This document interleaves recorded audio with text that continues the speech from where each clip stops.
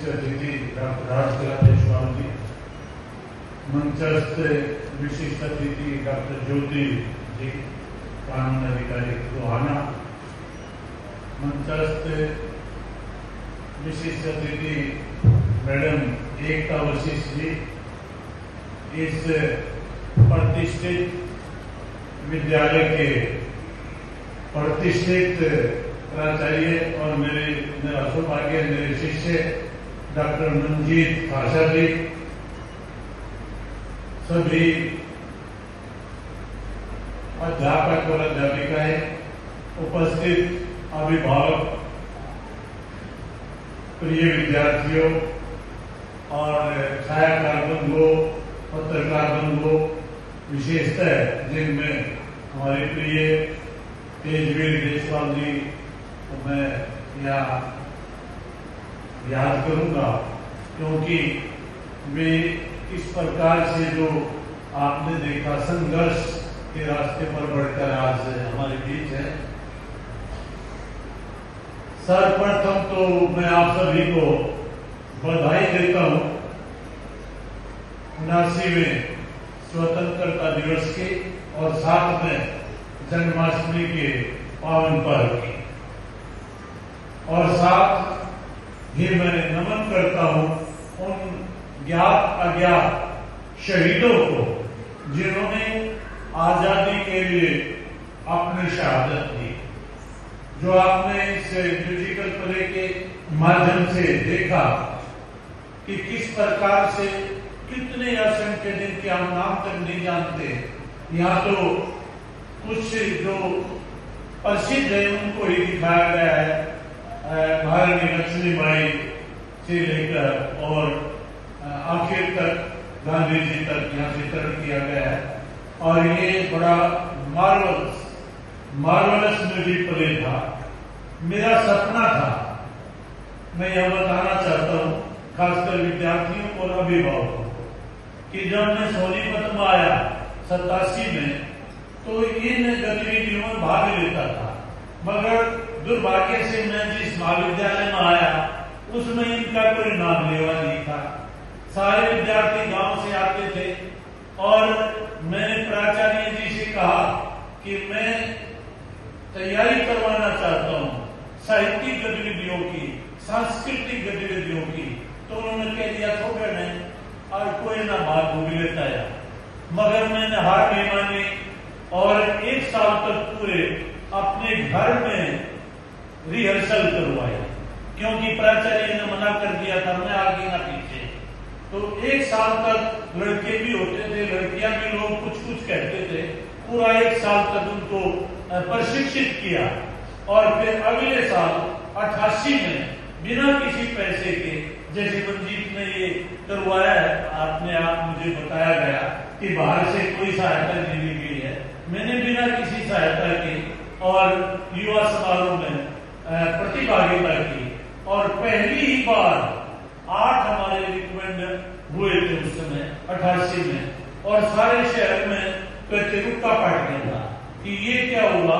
Jat college कहते हैं हमारे उस महाविद्यालय को, छोटरामा ये कॉलेज नाम है, कि जाट कॉलेज के 8 जो है प्रथम आए हैं, रिकमेंड हुए हैं। ये जो लड़का है इसने कुछ गड़बड़ की है विश्वविद्यालय से मिलकर, पता नहीं क्या क्या लोग कहते हैं, और फिर एक ऐसा सिलसिला चला कि लगातार डॉक्टर मंजीत खासा जैसे जाने कितने प्रशिक्षित करके और अलग अलग क्षेत्रों में जो नाम कमा रहे हैं। और मुझे खुशी है, एक जो गुरु के लिए सबसे ज्यादा खुशी होती है शिष्यात् प्राच्य निश्चय, कि वह अपने शिष्य से प्राच्य चाहता है कि मेरा शिष्य मेरे से बड़ा हो जाए, जो मेरे सपने हैं उनको वो आगे बढ़ाए, उनको साकार करे।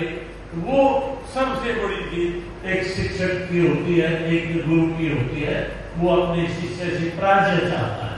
तो आज मुझे खुशी है पराजित होते हुए इन गतिविधियों में डॉक्टर मंजीत खासा से, कि मेरे जो सपने हैं उनको साकार कर रहे हैं। और ये जो आज मैंने प्रस्तुतियां देखी वास्तव में गजब की इनके लिए कोई शब्द नहीं है। मैं शब्दार्थी हूँ। मैंने विश्वविद्यालय के और यहाँ तक कि राष्ट्रीय स्तर के, अंतर्राष्ट्रीय स्तर के भी आयोजन देखे हैं, मगर ऐसा आयोजन मैंने नहीं देखा जो खासकर ये म्यूजिकल प्ले का था, गजब की प्रस्तुति थी। मैं इसके लिए सब विशिष्ट डॉक्टर मंजीत खासा को और इसके बाद सामान्य सारे जो आपके अध्यापक अध्यापिका है जिन्होंने ये तैयारी करवाई और इनमें छात्र छात्राओं को मुबारकबाद देता हूँ, साधुवाद देता हूँ, बधाई देता हूँ कि आप निसंदेह आगे जाके आपका नाम होगा, इस इन क्षेत्रों में नाम होगा। और मुझे बताया था कि मैडम की जो लड़की है वो यहाँ पर मंच संचालक उद्घोषिका थी, अब पहले आपके आने से पहले, और मैंने तो सारी उम्र कोशिश की अपने महाविद्यालय में, मगर मैं नहीं कर पाया। कुछ ही विद्यार्थियों को मैं मंच पर ला पाया कि कोई मेरा स्थान ले ले, मैं ही करता था। मगर उसके बाद जब मैं 2015 में सेवानिवृत्त हुआ तो मैं छोड़ के आया था। अंतर्राष्ट्रीय हमें पुरस्कार मिलते थे हमारे विद्यालय को, और ये था CRA के लड़के आ गए तो बस यही प्रथम आएंगे। और अब दुर्भाग्य है, मैं भगवान से प्रार्थना करता हूँ कि दिन लौट आए। अब पुनः हमारा महाविद्यालय शून्य में लौट गया है, मुझे दुख है, उसी स्थिति में चला गया है। और ये भी मेरे दुख है कि मेरी सहायता नहीं लेते हो, क्योंकि घर की मुर्गी दाल बराबर उनको लगता है कि पद्मश्री यही तो घूमता था, यही तो पागल था ये जो कक्षा में मेरा ये रहा है। कक्षा में कोई विद्यार्थी हो ना हो, मंजीत बता रहा था परसों हमारे घर, मैं जरूर रहता था। ओले पड़ जाए, ठंड हो, लू चल रही हो, कोई आया हो ना आया हो, मैं 40 मिनट से अपने कमरे में खड़ा रहता था। और कई बार प्राचार्य आते थे कि चलो न क्यों बेकार में ठंड लग जाएगी, कॉफी पीते हैं। मैं मुस्कुरा के कह देता था नहीं आप जाइए। और मैं शाम को जाकर भगवान से पूछता था कि मेरे आज कोई मेरे अंदर कमी तो नहीं रह गई। हे भगवान, मैंने अपना कर्तव्य निर्वहन किया और उसको किसी ने स्वीकार किया, कोई आया पढ़ने के लिए नहीं आया, मैं उसका क्या कर सकता हूँ। तो ये मैंने सिलसिला रखा और वही कारण है कि आज मैं पद्मश्री तक पहुंचा हूँ। मैं समझता हूँ कि सरकार की जरा नवाजी, मैं नाचीज हूँ। मुझे सपने में भी मैंने सोचा नहीं था कि मुझे पद्मश्री जैसा जो सर्वोच्च नागरिक सम्मान है वो मिलेगा। मैंने कहीं, मैडम ज्योति जी आपको बताऊं कि कहीं मैंने कोई आवेदन नहीं दिया था, कहीं कोई नहीं। एक बार तेजवीर मुझे कहने लगा कि आप मुझे दूसरे सम्मान मिल चुके थे, जो 2 लाख का 2.5 लाख का हो चुका है, चंद कवि सिंह सम्मान वो मिला, 2 पुस्तकों पर मिला, उसके बाद 5 लाख का महाकवि सूरदास साधना सम्मान मिला। तो तेजवीर कहने लगा कि सर आप तो आप पद्मश्री का ही रह गया। मैंने कहा छोड़, क्या पद्मश्री, मेरी ना इच्छा ना मैंने इन पुरस्कारों की लालसा की। और फिर वो साकार हो गया। जब सरकार की तरफ से आया, सूचना मेरे पास आई तो मुझे यकीन नहीं हुआ। डायरेक्टर पुलिस गृह मंत्रालय, ये मेरे पास टेलीफोन आया लैंडलाइन से, और मैंने सोचा कि ये पता नहीं कोई ऐसे जैसे फोन आ जाते ऐसे होगा। 7 कॉल आई, मैंने उठाई नहीं। फिर उसके बाद ये 12 बजे की बात है, 25 तारीख को, 25 जनवरी को। फिर 4 बजे टेलीफोन आया मोबाइल से, सचिव गृह मंत्रालय भारत सरकार। फिर मैंने सोचा कोई गड़बड़ है, पहले पुलिस का भी आया था, उठाना पड़ेगा। मैंने उठाया तो उन्होंने मेरे से पूछे कि आपका ये नाम है, आपके रिश्तेदारियां यहाँ है, आपने ये काम किए हैं। मैंने कहा जी है तो ये सारी बात, मगर क्या गुस्ताखी हो गई कि गुस्ताखी नहीं, आपको पद्मश्री मिला है। तो मैं कहने लगा कि मेरे साथ नहीं तो नहीं कर रहे हो, मजाक तो नहीं है, मजाक नहीं है, मैं सच कह रहा हूँ। 7 बजे तक किसी को नहीं बताना, 7 बजे घोषणा होगी, जब राष्ट्रपति महोदय का भाषण होगा उसके साथ साथ मैं घर में अकेला था तो मेरे वो 3 घंटे बड़े मुश्किल से कटे कि मैं सहधर्मिणी को नहीं बताऊं तो मुश्किल, बच्चों को नहीं बताऊं, वो बाहर थे तो मुश्किल से 3 घंटे मेरे को व्यतीत हुए। और वो दिन कई बार मैं इसलिए बता रहा हूँ ये बात कि आप में से भी मैं ये आशा करता हूँ कि आगे आने वाले समय एक नहीं अनेक पद्मश्री आप में से निकले, आपको पद्मश्री मिले, ये मेरी आशा भी है, मेरी कामना भी है कि हमारे हरियाणा का जो एक प्रकार से हरियाणा का नाम था कि जवान, किसान और पहलवान की धरती है, अब ये और जुड़ गया कि किसान, जवान, पहलवान और विद्वान की कमी भी है। और मैं आपको बताऊं, जो राष्ट्रपति भवन में एक सर्जन थे, वहां के कोऑर्डिनेटर है डॉक्टर राकेश कश्यप, वो बार बार मेरे पास आ रहे, सर आपसे बात करनी है। मैंने कहा बताइए कि मैं कोऑर्डिनेटर हूँ, ये नाम है और मैं आपके साथ ना फोटो लेना चाहता हूँ। मैंने कहा मेरे साथ ही इतने सारे और बड़े पद्म भूषण के भी, इनके साथ ले लो कि नहीं जी आपके साथ लेना है। तो हमारे सहधर्मी जी बोले कि आप तो वाराणसी को लो और आपसे तो हिंदी इतनी आपकी बढ़िया है, हमारे से आप क्या सेल्फी लेना चाहते हो हमारे साथ। वो कहने लगे कि नहीं, सारी दिल्ली में चर्चा है कि हरियाणा वालों को साहित्य और शिक्षा में पद्मश्री मिला है। हमें तो उज्जवल गवार समझते थे, हरियाणा वालों को सारे देश में जानना जाता था, ये सोचते थे ये पढ़ाई लिखाई से इनको क्या है, और इनको तो इनकी संस्कृति नहीं, इनकी तो कल्चर नहीं, ये कल्चर है, मुझे सुनने को मिला है। मगर अब वो जो भ्रांति थी वो तोड़ दी, भगवान ने मेरे से तुड़वा दी। और अब आगे ये बता दूं कि अब की बार सरकार ने खुला कर दिया कि पद्मश्री के लिए आप चाहे तो आप भी आवेदन कर सकते हैं। और सरकार को इतना ज्यादा दबाव आ गया कि 15 तारीख आज तक उसकी तिथि बढ़ा दी गई और आज से 10 दिन पहले तक नहीं, उसकी जो तिथि थी अंतिम वो थी 31 जुलाई। 15 आवेदन आ चुके थे, 1.5 लाख आ चुके हैं अब तक, और इन 15 दिनों बाद इतना और आ गया होगा। और हरियाणा में से बाढ़ आई हुई है, लोग आवेदन कर रहे हैं। और मैं भगवान से प्रार्थना करता हूँ कि ज्यादा से ज्यादा यहाँ पद्मश्री मिले। खेल में तो हमें मिलते रहते थे हर साल, और ये एक जो सिलसिला शुरू हुआ है इस शिक्षा और साहित्य में, ये यूं ही चलता रहे।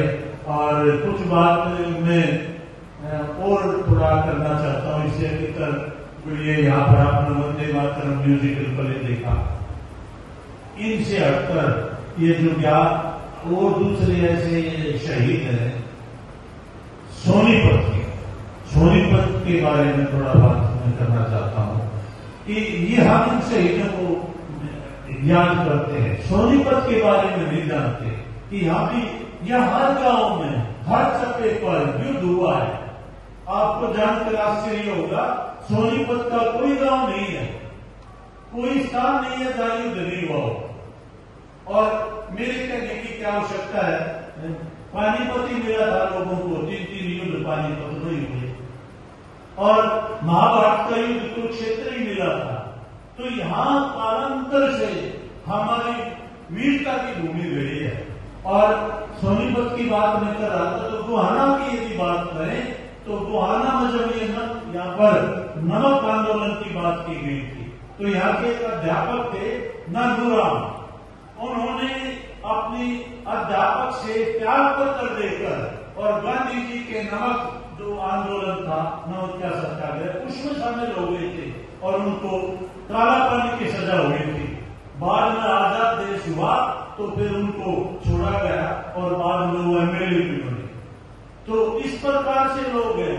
यहाँ कितने ही कानपुर के कई नंबरदार थे, उनको फांसी की सजा दी गई।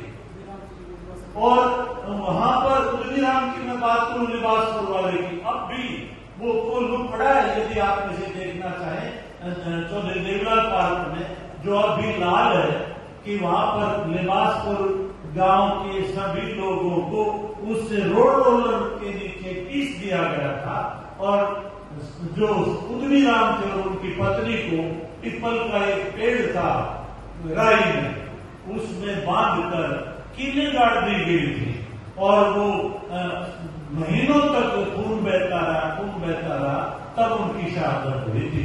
फिर सारे गांव वालों को पकड़ के उनको रोड रोलर के लिए चिपवा दिया गया था।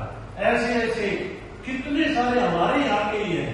और उधर से बिसारत अली थे यहाँ के खरखुदा के, उन्होंने युद्ध किया, ये 1800 की बात कर रहा हूं, और उनकी शहादत हुई थी, क्योंकि अंग्रेजों के पास तो सारा असला होता था, गोला बारूद था, और हम किससे लड़ते थे?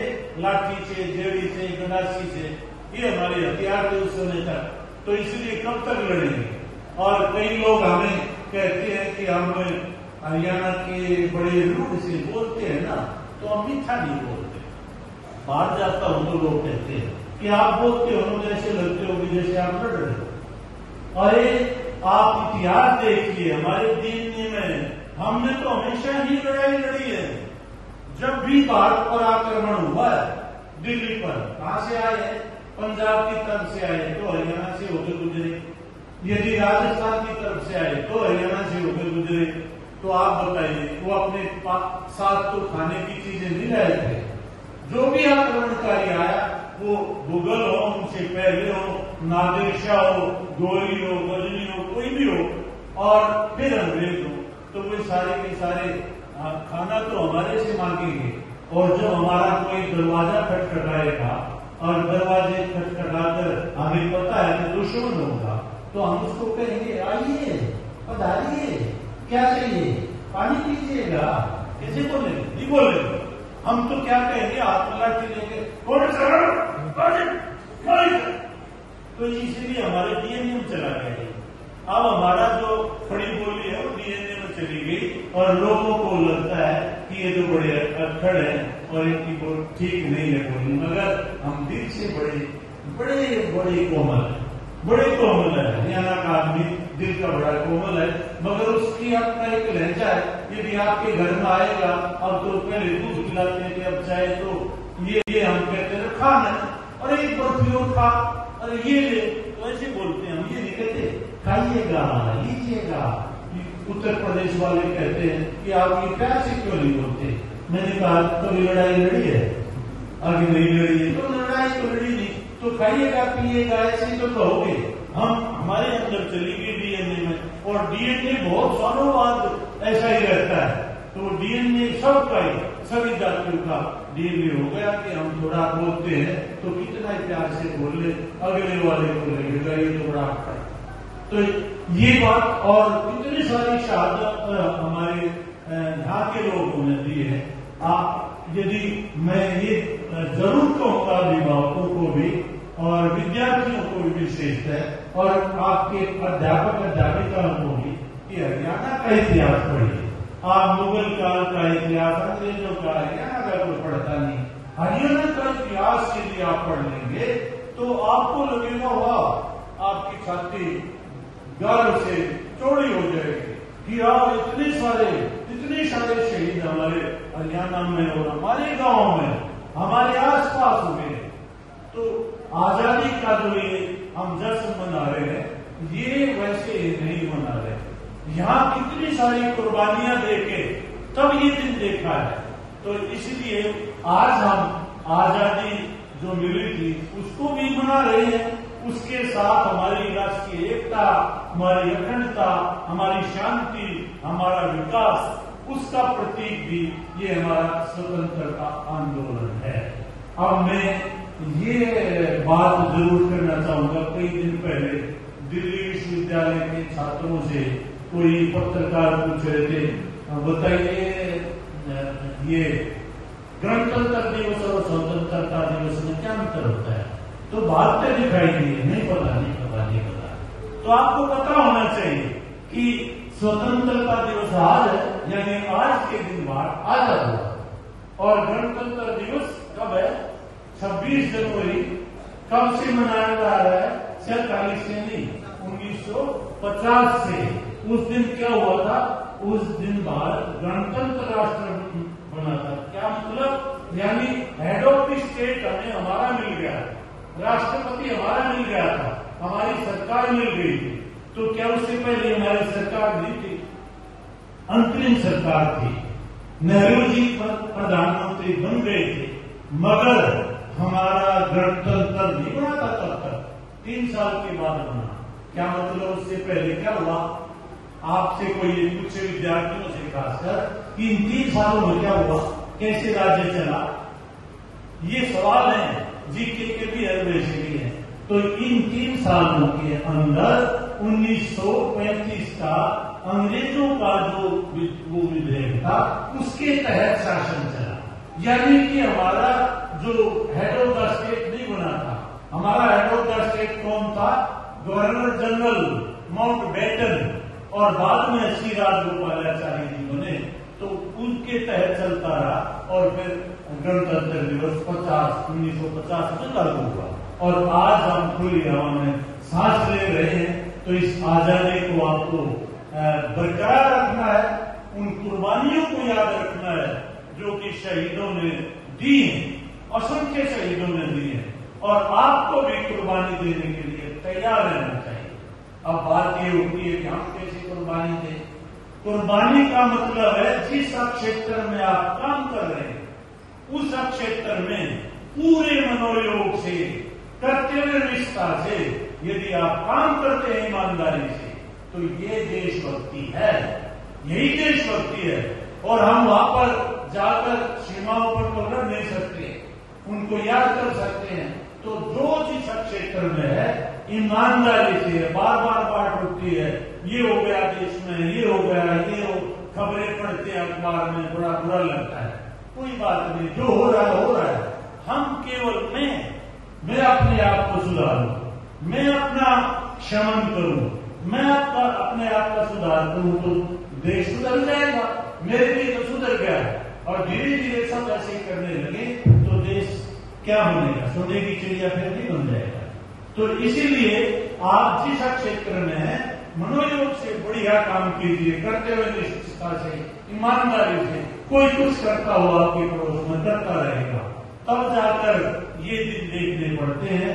और साक्षी है मंदिर में जिस प्रकार से, और मेरी से धर्मी तो है, वो तो घर की है, कि मैं 24 घंटे का मतलब 24 घंटे काम किया। मेरा एक ऐसा दौर था, जब जवानी का दौर बता रहा हूं, कि जब मैं कॉलेज में तो कभी आगे करता नहीं था, और उसके बाद अब लोग जाते हैं तो 9 बजे मुश्किल से पहुंचते हैं, 2 बजे वो भाग लो। मैं कहता हूँ क्या करोगे घर जाके? कि घर जाके एसी में देते हैं। मैं 7 बजे चला जाता था, और आने का पता नहीं, 5 बजे आऊं, 4 बजे आऊं, 8 बजे आऊं, कब आऊं? कॉलेज के उससे लगा रहता था, किसी ने कह नहीं रखा था, अपने आप ही काम करता था। सबको वाणी को लिखना सिखाऊंगा, मैं अपने आप नोटिस लगा देता, आज वाणी को लिखना सिखाऊंगा, आज कविता लिखना सिखाऊंगा, आज बोलना सिखाऊंगा, आज चलो ये जो स्वीपर है ये हमारी सफाई करते हैं, आज इनकी गली में जाकर सफाई करेंगे, आज चलो हम मंदिर में चलते हैं, आज चलो मस्जिद में चलते हैं, आज चलो गुरुद्वारे में चलते हैं। और जो ध्यान न्याय होता था वहीं हमारा मुर्दाबाद में आगे विद्यार्थी पीछे। तो ये काम हमारा सिलसिला चलता था, मगर उसका कोई मेरा उद्देश्य नहीं था। वैसे ही था, बच्चों में भाव भरना था कि ये बच्चे आगे जाकर उनको देश आगे बढ़ाना है, तो ये सारी चीजें सीख जाए। और मैं मैडम ज्योति को खासकर ये बताना चाहता हूँ कि एक दौर था, यदि आपको याद हो, साक्षरता अभियान चलाया था सरकार ने। साक्षरता अभियान में बहुत सारे लोग पैसे सरकार से ले लेके और अरबों रुपए खराब कर दिए, कोई साक्षर नहीं बना। गांव गोद लिए, जिले गोद लिए, और डेकोरेशन पर चले गए लोग। और मैंने फिर सोचा ये तो गलत बात है। मैं विद्यार्थी साथ लिए 2 बजे कक्षाओं के बाद साइकिल पर जाते, एक गांव गोद ले लिया जगदीशपुर गांव में सोनीपत के पास, और 1 साल लगाया उस गांव की साफ सफाई, गांव को मिलना जुलना और वहां साक्षरता अभियान अपने पैसे से। क्या अपना पैसा क्या था? कलम, दवात, स्याही और कापी ये, और हमने 1 साल में साक्षर कर दिया। और सरकार तक बात गई कि वो बताते हैं साक्षर हो गया। डिप्टी कमिश्नर साहब मेरे पास खुद आए, मैं उनको नमन करता हूँ, आज संसार में नहीं है, RC राव जी, और वो मेरे पास आए। प्राचार्य गाँव चाहे कहते नहीं, उस लड़के से मिलना है, आपके हिंदी के प्राध्यापक है, उनसे मिलना है। तो मेरे पास गया जो चतुर्थ श्रेणी का कर्मचारी कि उपायुक्त महोदय आपको बुला रहे, मैंने कहा मैं नहीं आऊंगा, मेरी कक्षा के बाद आऊंगा, उससे पहले नहीं आऊंगा। वो आधा घंटा रहता था कक्षा में, आधा घंटा वो वहां टहलते रहे पार्क में, आया मुझे क्या लेना देना था। उपायुक्त का मैं सम्मान करता हूँ, मेरी कक्षा पहले है। फिर मैं आया तो मैंने कहा कि मैं क्षमा प्रार्थी हूँ कि आपको इंतजार करना पड़ा। नहीं बेटे बहुत बढ़िया, मगर आप आदेश दीजिए कि जगदीशपुर चलना है। मगर चलिए, मगर 2 बजे के बाद 2 बजे के बाद फिर सरकार ने वहां सर्वेक्षण करवाया और दिल्ली से टीम आई, और वो हरियाणा का पहला और आखिरी संपूर्ण साक्षर गांव बना। मगर मैं भूल गया उन सारी बातों को, मैं भूल गया। अब सरकार की सारी बातें तो पता नहीं कहां से पता लगा ली, और वो भी मेरे इसमें जुड़ गई। शिक्षा, साहित्य और समाज सेवा, ये सारे जुड़ के, और तब मुझे पद्मश्री से नवाजा गया है। तो मैं इसलिए ये सारी बातें आपको बताना चाहता हूँ कि आप भी अपने जो बच्चे हैं उनको शॉर्टकट मत सिखाओ कि भाई ऐसा नहीं, आप मेहनत, ज्यादा से ज्यादा मेहनत करना सिखाओ, क्योंकि मेहनत से मुकद्दर भी बदल जाते हैं, मेहनत से मुकद्दर भी बदल जाते हैं, विश्वास से पत्थर भी पिघल जाते हैं। मेहनत करके तो देखो यारो, मेहनत से रास्ते भी बदल जाते हैं, मेहनत से रास्ते भी बदल जाते हैं। मैंने बदले हैं, जो मेरी यहाँ पर योग्यताएं बताई, ये रास्ते बदल के आया हूं। कई नौकरियां छोड़ छाड़ के पुलिस में लग गया, एयरफोर्स में लग गया, मगर मेरा पता नहीं उद्देश्य, मेरा कोई उद्देश्य ऐसा नहीं था कि मुझे यही करना है, मगर मैं रास्ते बदलता रहा। जितना ही लोगों ने मुझे चैलेंज किया या मेरी टांग खींची या मेरा रास्ता रोका, उतना ही मैं आगे बढ़ा। और मैं जो बात कर रहा था, तो मुझे घंटे बात करने की, फिर घर में आते ही मैं पढ़ने लग जाता था। एक दौर था 1990 से और 2005-06 तक कि कोई अखबार ऐसा नहीं था जिसमें मेरी लेख नहीं सकते हो, एडिटोरियल का। तो उनको मैं लेख भेजने पड़ते थे, पहले पढ़ता, फिर रफ लिखता, फिर अच्छी तरह से लिखता, और उसके बाद फैक्स करना होता था उन दिनों। और फैक्स में 12-12, 1-1 बजे फैक्स करके आता। सुबह सोच में एक आदमी से बात कर रखी थी, तब अगले दिन जाकर उठ सकता। तो खाना मेरा ये पड़ा रहता, ये कहते रहते खाना तो खा लो, आपको सर्वाइकल हो गई। मैं समझता हूँ कि ये छोटा सा जीवन मिला है, इसमें कुछ कर ले, इसमें कुछ करने की सर्वाइकल बीमारियां होती रहती है, ये तो होती रहेंगी। इनका रोना खाए, मेरे को बीपी हो गया, मेरे को शुगर हो गई, ये होगी, तो ये तो होती रहेंगी। आप देश के लिए क्या कर रहे हो? आप कहते हो कि देश हमें क्या, समाज हमें क्या देता है, आप क्या दे रहे हो इस समाज को? तो आप इस समाज को कुछ दीजिए, इस समाज की, इस देश की तरक्की में भागीदारी निभाइए, सुनिश्चित कीजिए। और संघर्ष यदि कहीं करना पड़े तो आप संघर्ष के पीछे मत हटिए, क्योंकि जो संघर्षों को शिव माने, जो संघर्षों को शिव माने, जो मुसीबतों की कीमत जाने, जीत उसी की होती है जो रण में लड़ने की ठाने, जो रण में लड़ने की ठाने। तो ये रण है, इसमें आप लड़ने की ठाने। तो मैं ज्यादा बोलने की आदत है, तो आप मेरी ज्यादा देर हो गई, तो मैं अपनी वाणी को ये कहकर विश्राम दूंगा कि जीवन में अगर आला काम है करना, जीवन में अगर आला काम है करना, वतन के वास्ते जीना, वतन के वास्ते मरना, वतन के वास्ते जीना, वतन के वास्ते करना, जय हिंद, वंदे मातरम।